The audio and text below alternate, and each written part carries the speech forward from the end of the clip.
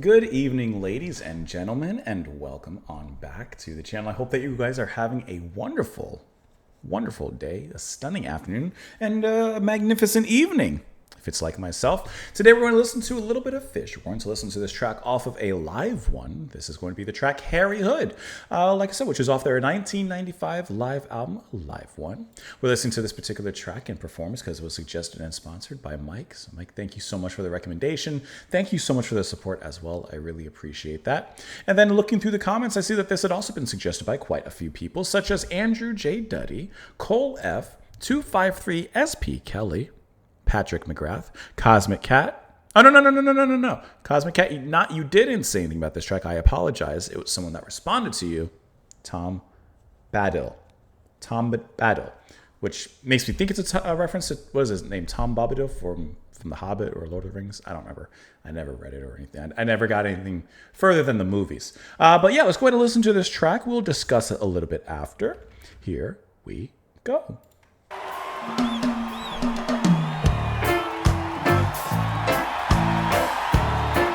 I can step in with a little reggae.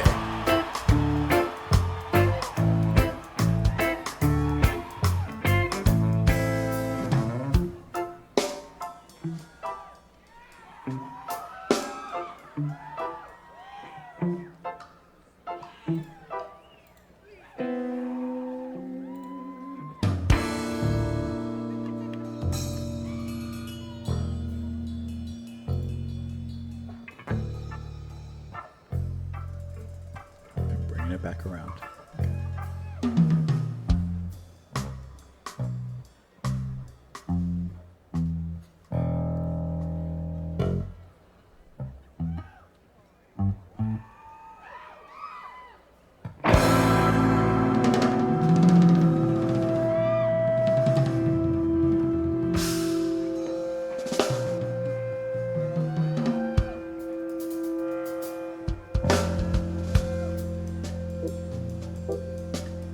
They're holding back.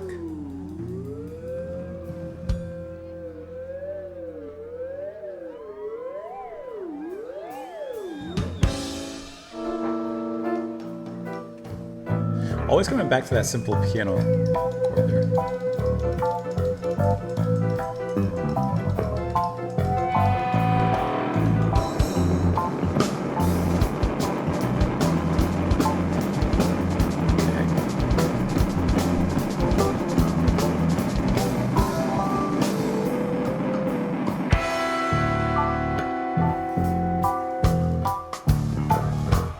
They are pacing you hard.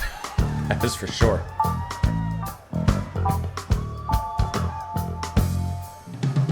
Harry, Harry, where do you go when the lights go out? Harry, Harry, where do you go when the lights go out? Harry, Harry, where do you go when the lights go out? Harry, Harry, where do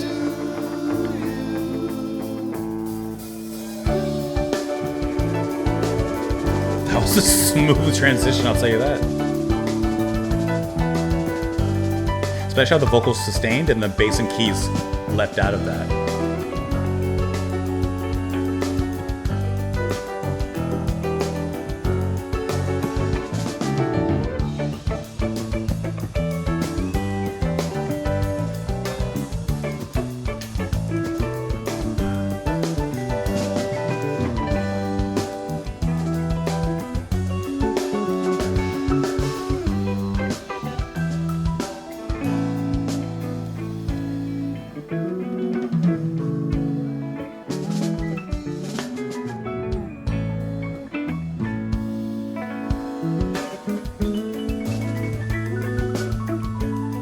Love that drizzle piano.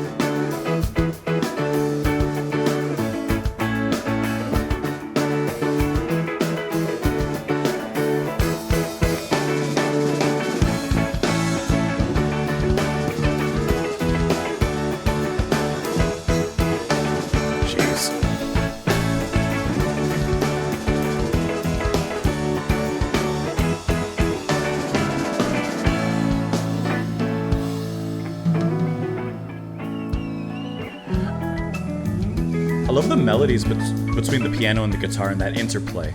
It's very, very clean.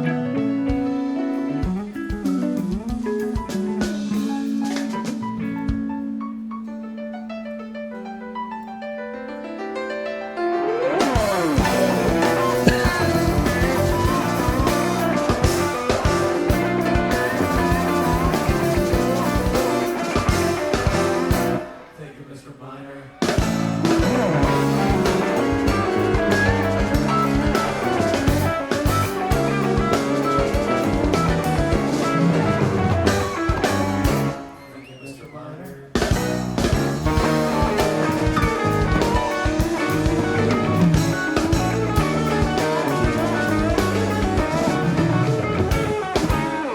Thank you, Mr. Miner. Thank you, Mr. Miner. Thank you, Mr. Miner. Thank you, Mr. Miner. Thank you, Mr.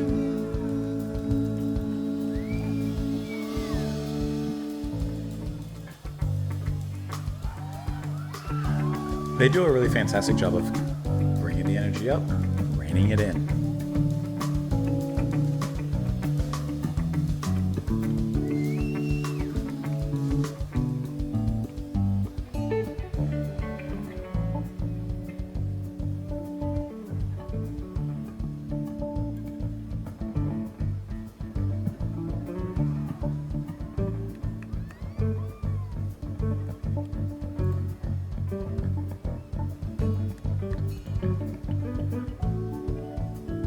Some good keys there.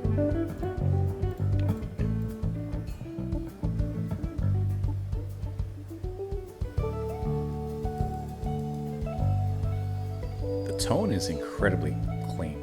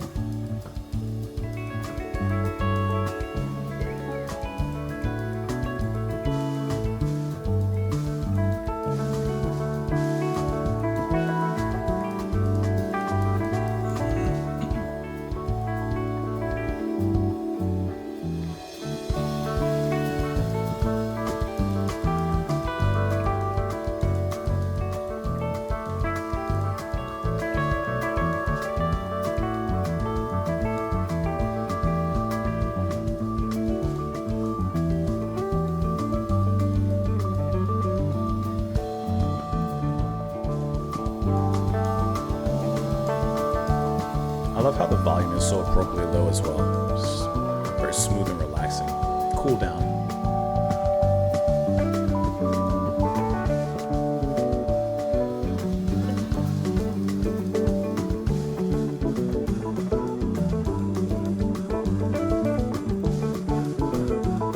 Nice little hoppy bass section.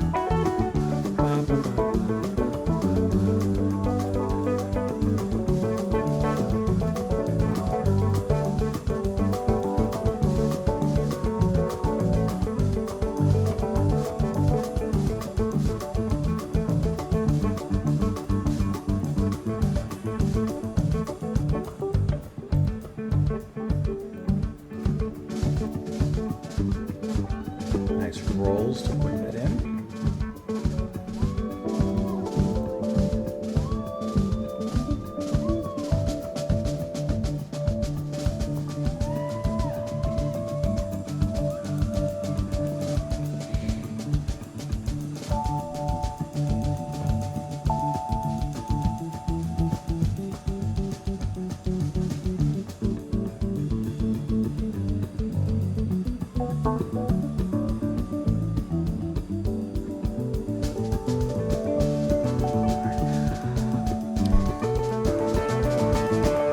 Storm wanted to make it onto the recording.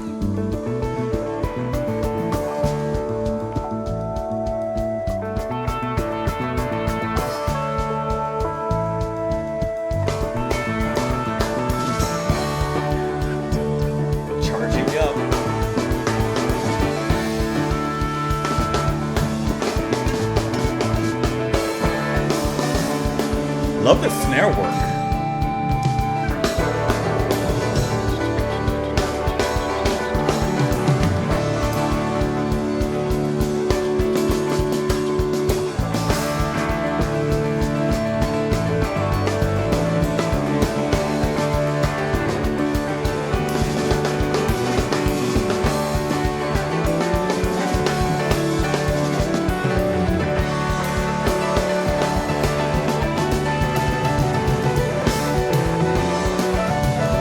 They started you at the bottom and they brought you up.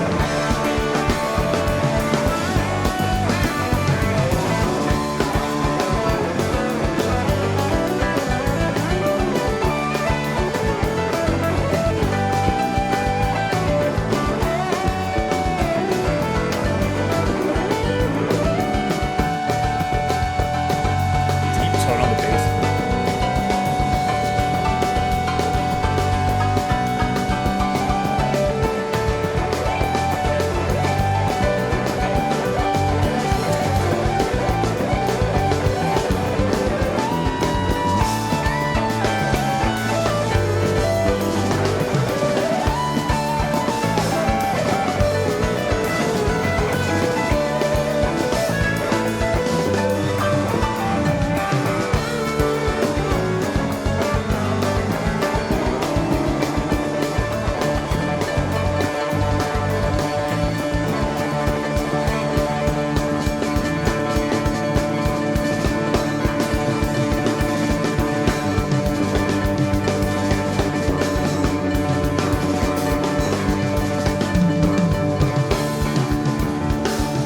Great transition onto the toms right there. It's like really fulfilling.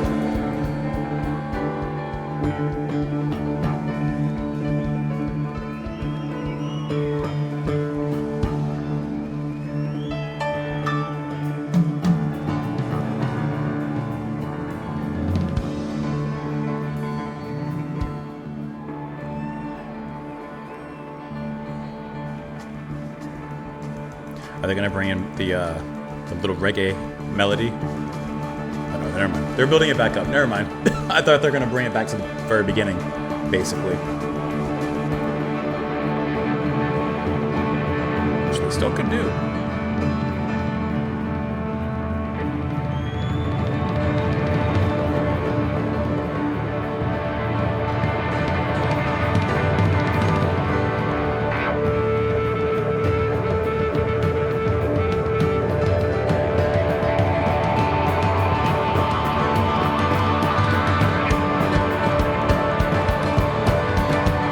That's a heavy return.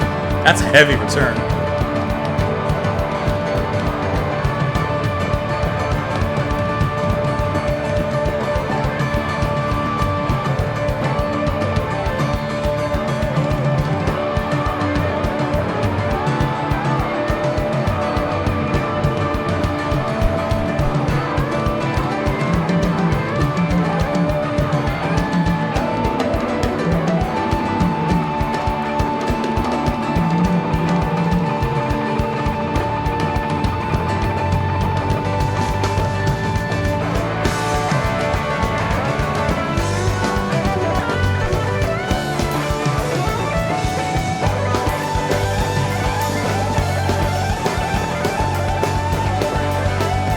Thrashing it out now.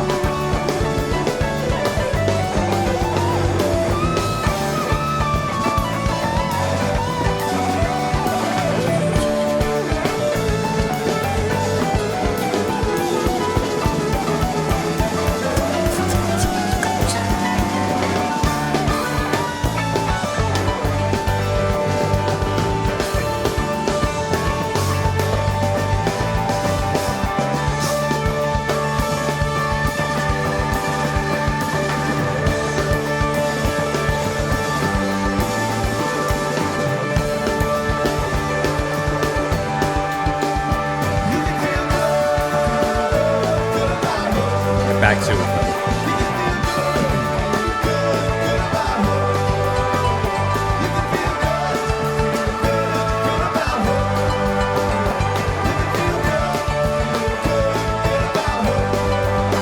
The drum kick is a little Scottish.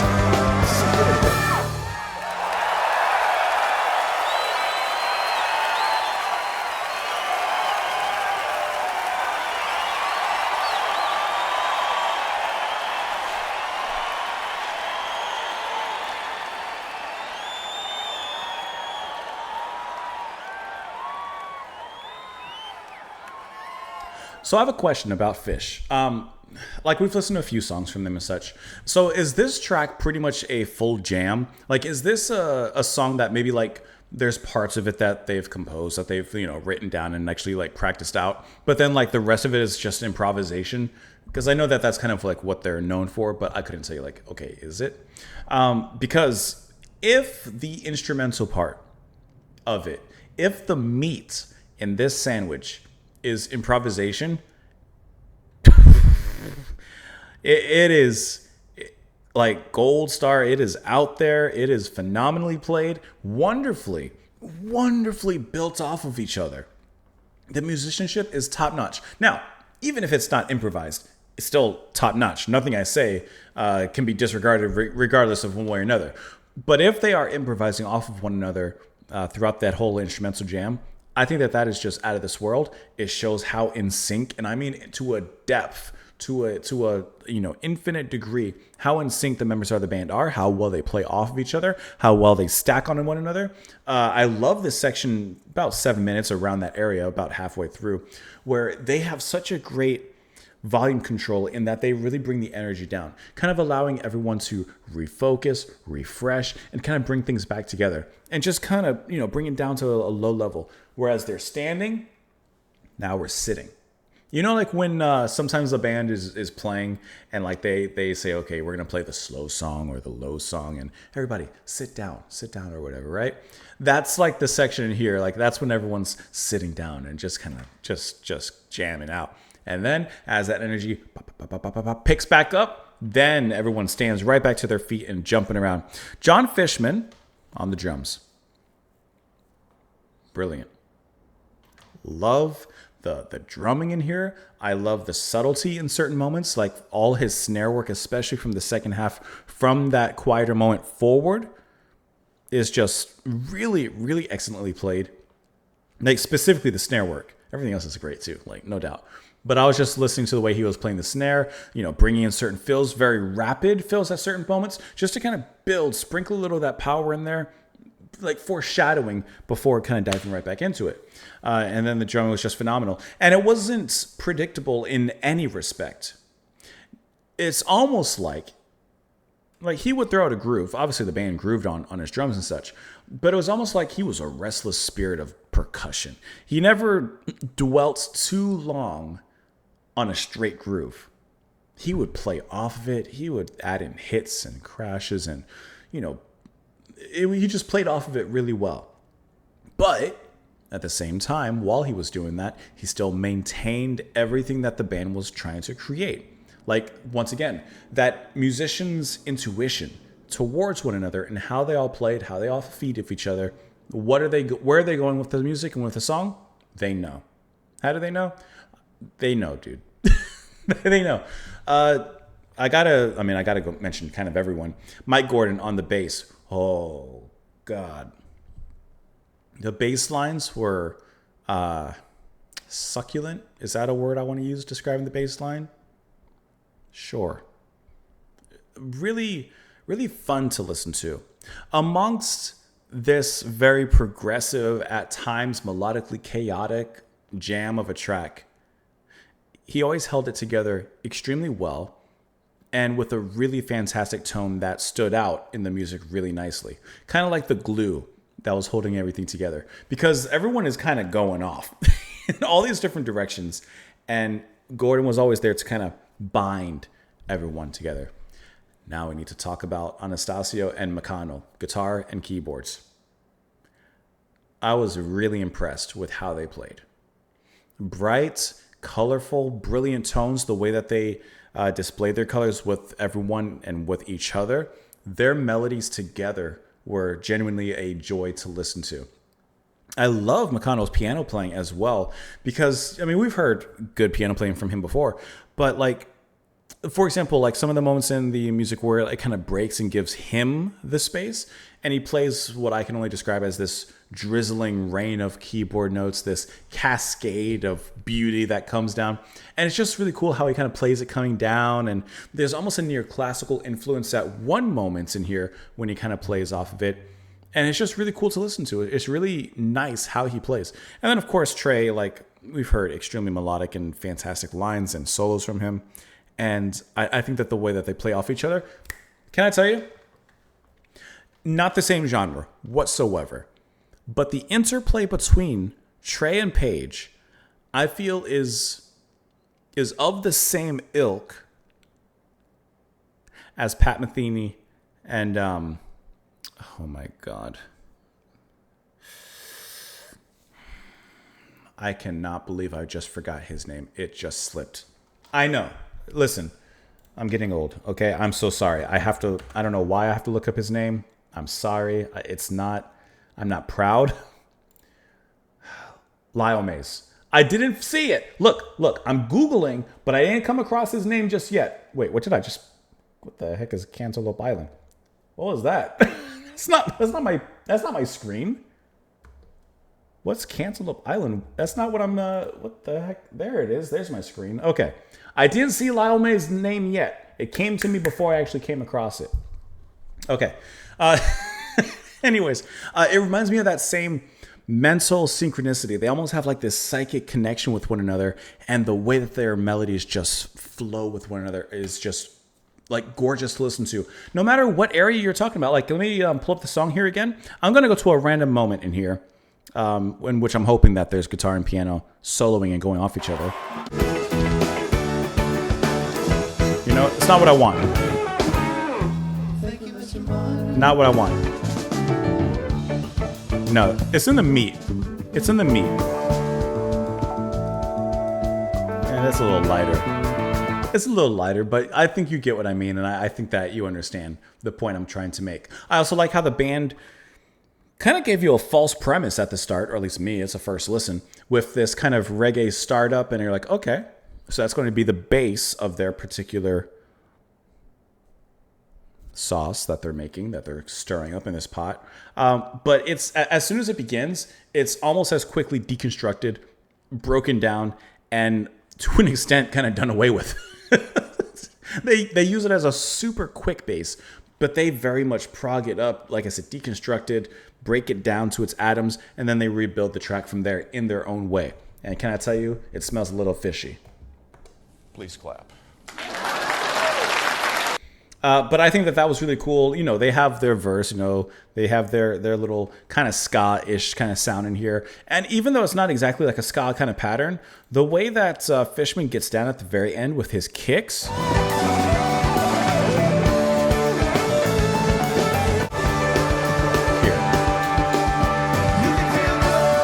That's very ska. That's very ska at the very end there. There weren't any horns in there, but that's very ska, at least influenced in some capacity. That's a good track. Shall we look at these lyrics briefly, because there's not many of them? Harry, Harry, where do you go when the lights go out? Harry, Harry, where do you go when the lights go out? Where do you go? Thank you, Mr. Miner. Thank you, Mr. Hood. You can feel good. I feel good about Hood. And it goes on about from there. What the heck is this track about? I have zero idea. I'm on Phish.net, as you can clearly see. Performances, it's played at 21.23% of live Phish shows. Last played just a few months ago. Let's see. It has been played approximately once every 4.7 shows. Okay. What's the history on it? Here's some history on it. It debuted in 85. I gotcha. History. Okay. In 85, Mike Phish, Page, and friend Brian Miles Long lived in a house on King Street in Burlington, directly across from a regional Hood bottling plant. The plants, hey, we have a plant, it's a milk plant near in this area. Let's see. The plant's pair of huge milk tanks bore Harry's smiling face, his grin illuminated by night by streetlight. Harry Hood was inspired by its namesake, the signature character of the Hood Dairy Company's advertising campaigns. Little animated milkman in the fridge would proudly rattle on about his company's dairy products, which when the unsuspecting folks opened their icebox doors. But what happened to Harry when the refrigerator door closed? Long was the first to ask the question that has passed the lips of virtually every Phish fan. Harry, Harry, where do you go when the lights go out? Okay, so there's the Harry Hood Phish commercial. Now, I would love to play this, but copyright has me in a grip, and I have been blocked by Phish before. So here you go. I'm giving you a little slideshow, a little PowerPoint presentation. That's all I can do for you. I'm sorry. Says when they traveled to Greece in 85, they experienced a tumultuous series of events involving a sea storm, capsized raft, lost a super clean chemist reserve, LSD. Okay. They wrote several chunks of new music inspired by the adventure. Back at the King Street house, a former tenant, apparently named Mr. A Minor, was still receiving mail. One piece caught the band's collective eye, a form letter bursting at the seams with Minor's name, telling him, "Thank you, Mr. Minor." It is from these relatively nondescript circumstances that one of Phish's most beloved songs was created. And here you go with some of these early versions and such, and live information. Can I tell you? A lot of info on this here. A lot of info. Hey, how about you guys? Let me know what you thought of it in the comments down below. I appreciate you all watching and hopefully enjoying the music. Mike, thank you so much for the recommendation, and I really appreciate the support as well over on the Buy Me a Coffee. Thank you for the requests. Appreciate that. Hope that you guys have a wonderful rest of your day. Come on back tomorrow, and I will see you all later. Bye, guys.